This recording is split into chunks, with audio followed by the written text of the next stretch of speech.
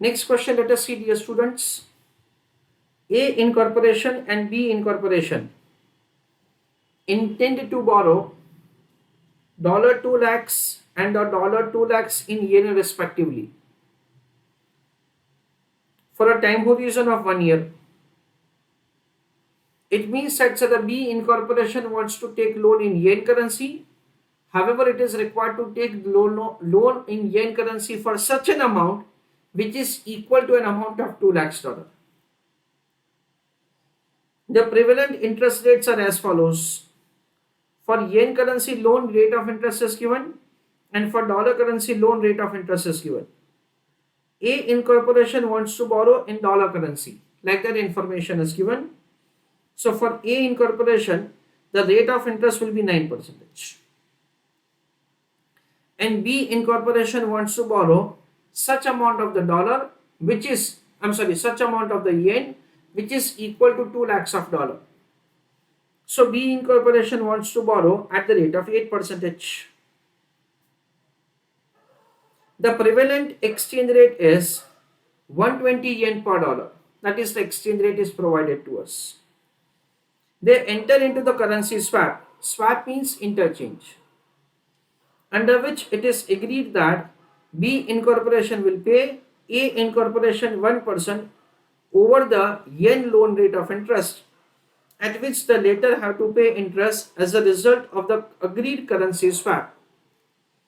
Whereas A incorporation will reimburse interest to B incorporation only to the extent of 9%. Keeping the exchange rate invariant means assuming that the exchange rate is going to remain same. Quantify the opportunity gain or loss component of the ultimate outcome resulting from the desired currency swap.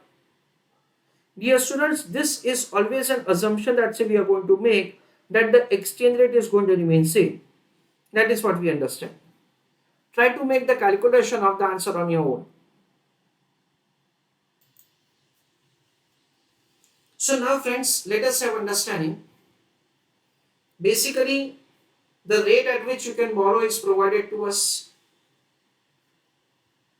A Limited wants to take loan in dollar currency. So of course it is going to take loan individually, independently at the rate of 9%. And for B it is the yen currency and the rate of interest would be of course 8%. So let us answer along with me. Step number 1, calculation of total interest payment,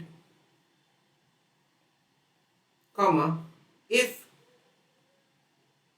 they borrow independently.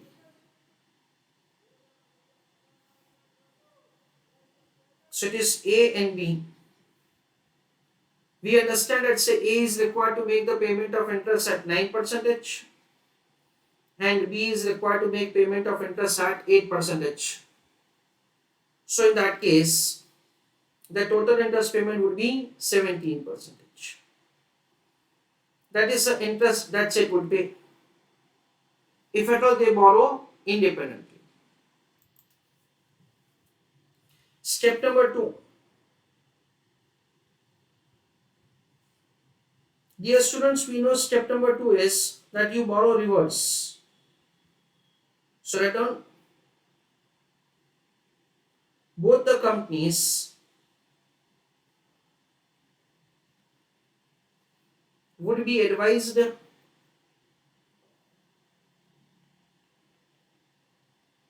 to borrow differently.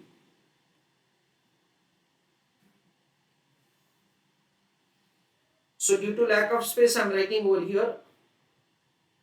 A will be advised to borrow at the rate of 5% and B will be advised to borrow at the rate of 10%.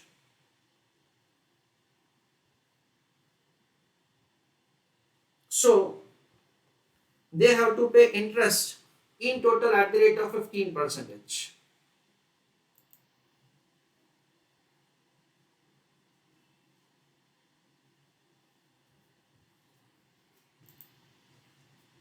Step number 3,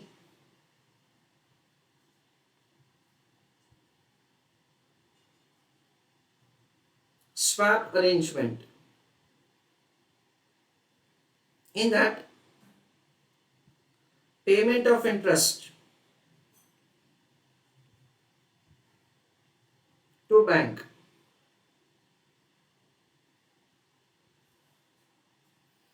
As far as the A incorporation is concerned, it will borrow at the rate of 5%, and B incorporation will borrow at the rate of 10%. Okay. Now let us read language of the question. The question says like this: they enter into currency swap, means interchange, under which it is agreed that B incorporation will pay A incorporation 1% over the yen loan rate of interest, at which later means A limited will have to pay as a result of the agreed currency swap. We understand that in the swap arrangement, A limited is required to make payment of interest at the rate of 5%. So B incorporation will pay interest to A incorporation at the rate of 6%. So B borrows from A at the rate of 6%. So B will pay and A will receive. Whereas A incorporation will reimburse interest to B incorporation only to the extent of 9%. Okay. It means that A borrows from B. What is the rate of interest? 9.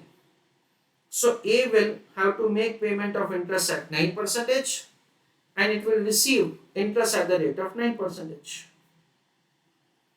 So net interest. We understand it's the payment of 9, payment of 5. 9 plus 5, that comes to 14. 6 is received.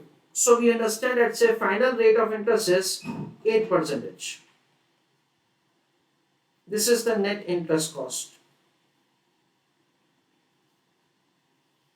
Now we understand that say basically A limited was ready to pay interest at the rate of 9%. Okay, originally. Due to swap, it is required to pay interest at the rate of 8%.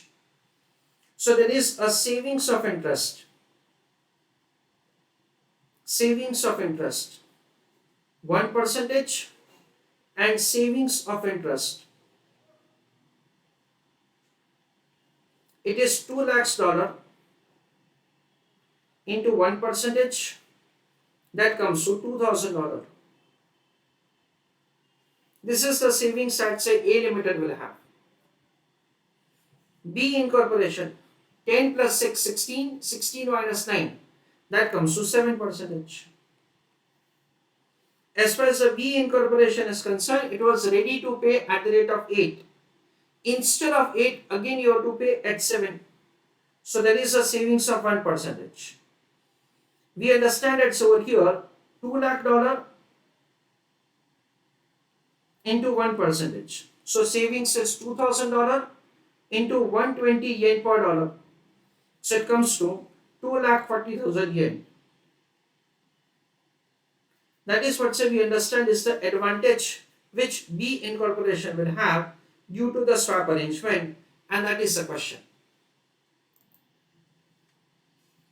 So friends, over here in this question we understand basically that independently, if at all they would have borrowed, they would have paid interest at 17%.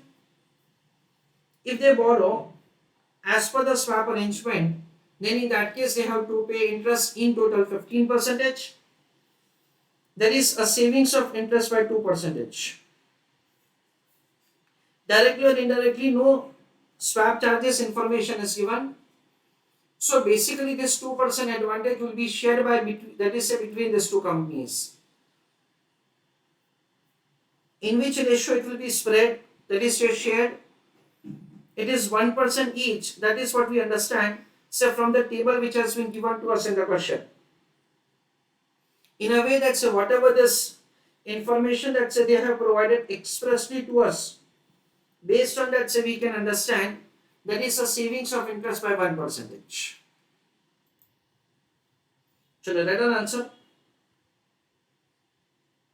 over here.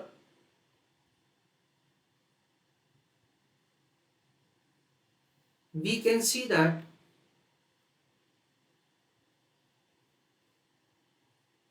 both the companies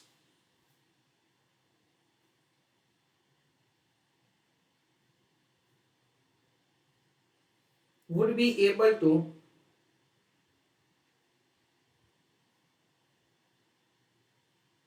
save interest cost by 1% each. Full stop.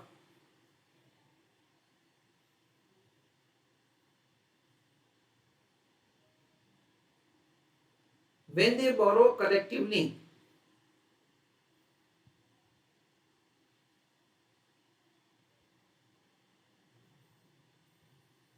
comma, then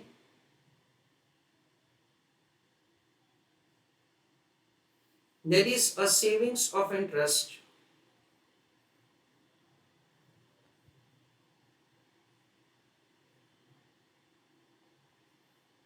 by 2%, full stop.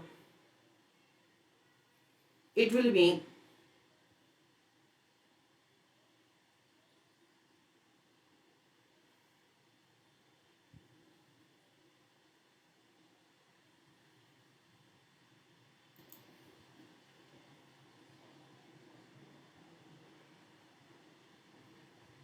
shared by both the companies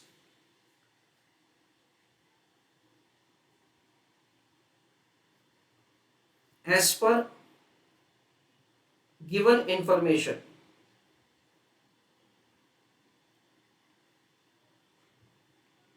Full stop.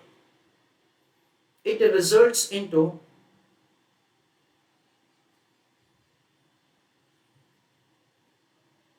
savings by